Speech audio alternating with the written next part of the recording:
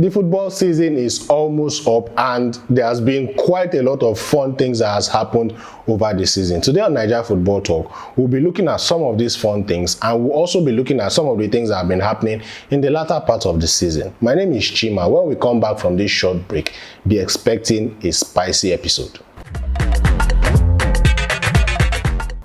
My big question for this week, after last weekend, who wants to win La Liga? I don't get it.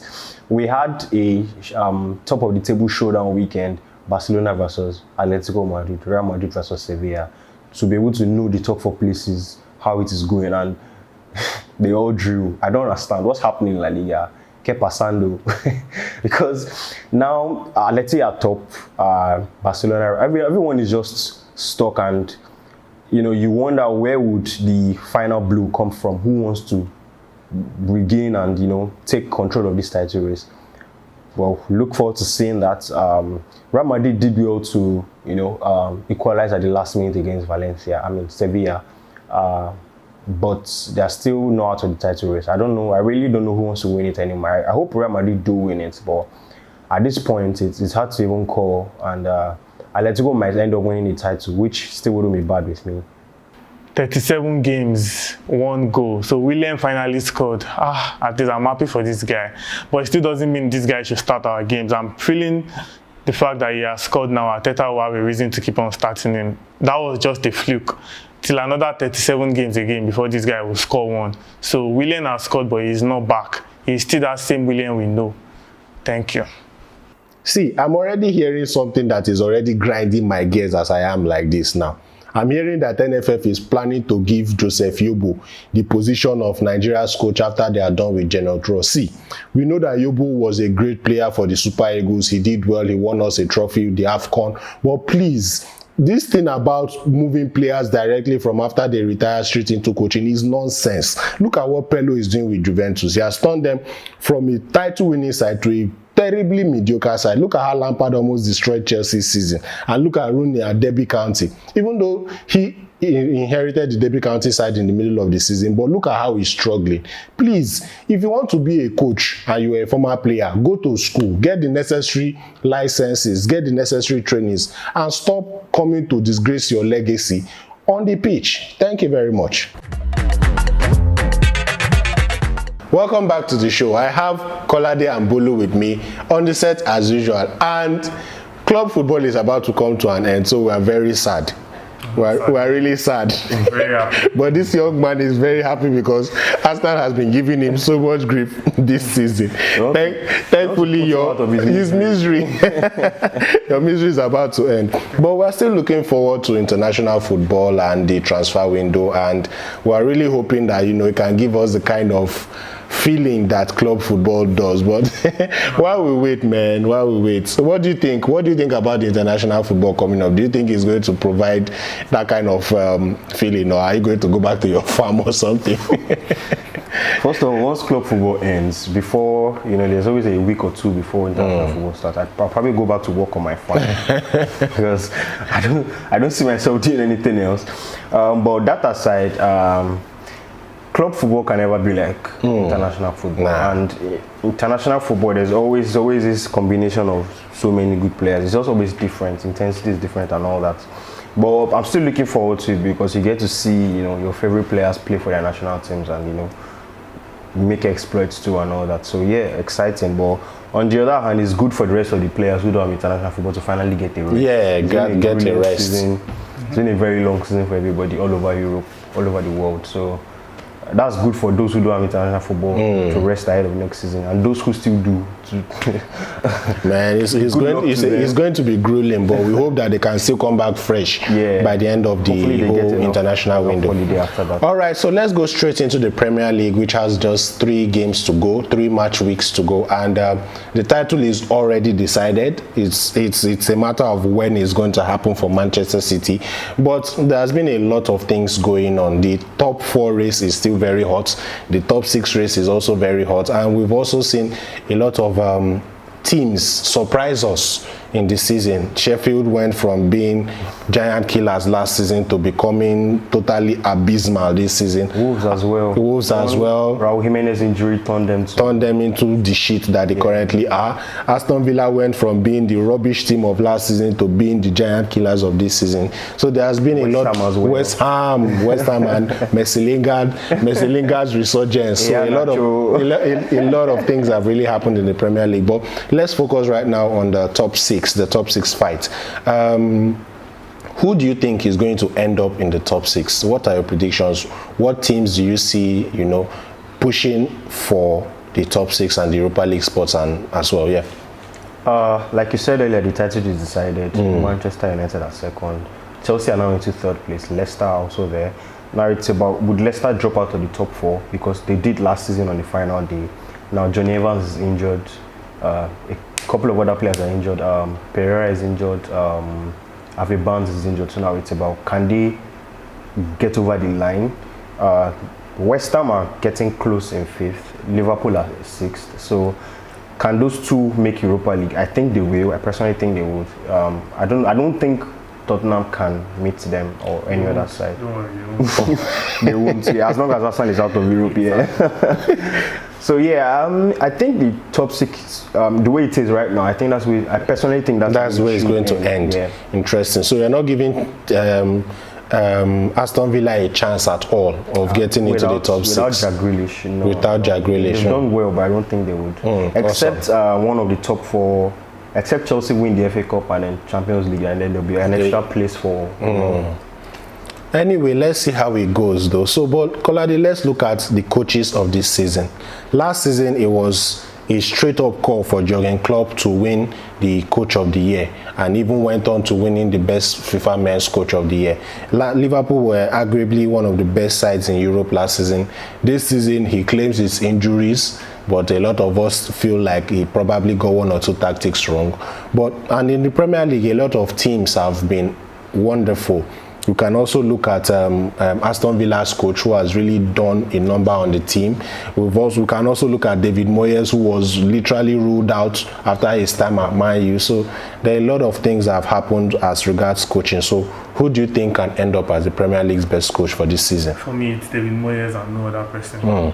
Because when you look at what he did with West Ham, he transformed them into a top four side, and I know many people will say Guardiola should probably win it, but he asked all the Arsenal, he asked the players. So, but looking at David Moyes, if they make Europa League or even a top four, he should win it for me. Best coach by far this season. Wow, and do you think it is down to his tactics, or do you think it is down to recruitment? Because Thomas Suchek has actually come and done a number in their midfield, and Jarrod Bowen was also a very wonderful addition to the side. Syed Benrahma is still struggling to impress, but he has actually, come up clutch once or twice in the season. So do you think it is actually David Moyes' expertise, or were West Ham just lucky by getting the right people to fit their system? It's a mixture of both, but more on his expertise, because when you look at a player like Messi Lingard that came in and he has upped his game under David Moyes. If you listen to Lingard, every interview he says he gives credit to the manager for giving him that fuel, making him make that advanced runs in the final third. So everything that has happened to West Ham is because of David Moyes. Awesome. He should win the manager this season. Do you agree with him, Bolu? I think Moyes would win it, but personally my manager of the season is Marcelo Bielsa. Why? Because he brought his team from the championship, and now they are mid-table. They are such a respected side that you wonder that if they were under that same group of players were under any other manager, they wouldn't be where they are. Yeah. They'd probably be struggling to escape relegation. So it's just credit to the man, credit to his work, and the mentality has instilled in them. No matter the team they're playing against, no matter the moment of the match, no matter the scoreline, they're always playing front foot, attacking football, trying to get the win, trying to get goals. That's impressive. Wow. You can see the Premier League has really proven to be, one of Europe's top league. In fact, a lot of people keep saying that it is the best league. As a La Liga fan, I disagree. But we've seen a lot of things that have actually proven that they deserve a shot to be Europe's best league. So far, so good. It's been awesome, and we're looking forward to a cracker of 3 weeks. When we come back from this short break, we'll be looking at other leagues. Stay tuned. Before we go on, we would like to give a quick shout out to our sponsor, topbets.com.ng, your premier site for betting tips and analysis. Make sure that you check out that website before you make any stake so that you will smile to the bank along with your mates. Now we're going to be looking at matters from other leagues, starting with our star boy, Victor Osimhen. He has finally hit 10 goals in the Serie A. It is quite a monumental achievement for him, seeing that he has struggled with injury, COVID-19, and a lot of adaptation to the Italian style of football. We predicted that he was going to do it. We even predicted him getting 25 goals. Maybe we'll carry that prediction over to the next season. But so far, so good. What do you think of Osimhen's resurgence? Do you think it is down to his coach, or do you think it is just a confidence thing? Osimhen, it's more of his confidence, but you can't rule out what Gattuso has done to help him as well. This guy was blasted by the Italian media when he was seen partying in Lagos. And caught COVID-19. So when he got back to Italy, he stayed on the bench for a few games. But when Gattuso brought him back, he took his chance, and he's perhaps the most informed player now. He is the most informed. 6 goals in his last 4 games. Yes, he is. He hit double digits in his first season. So very impressive for me. If we can, what I like about him is, aside the fact that he just scores, his movement up the ball. Yes. It makes him a very mobile player with other attackers like Politano and co. So very impressive. His movement off the ball is something that is very underrated, actually. And let me also add, his brace and assist last weekend came after he had an head injury the previous week against. He was even carrying the plaster. He still had a tape on bandage on his head, which is exceptional. I didn't expect him to start the game match, over the but weekend. He started and scored 2 and assisted. That's wonderful. It's a really wonderful mentality to have, and big ups to Osimhen and every other Nigerian player doing well. Paul Onatrue is currently tearing up Belgium. Ian Acho is the most informed striker in the Premier League. You get Simiwanko. Everybody is just doing so well, and we are really proud as Nigerians to see our brothers flourish.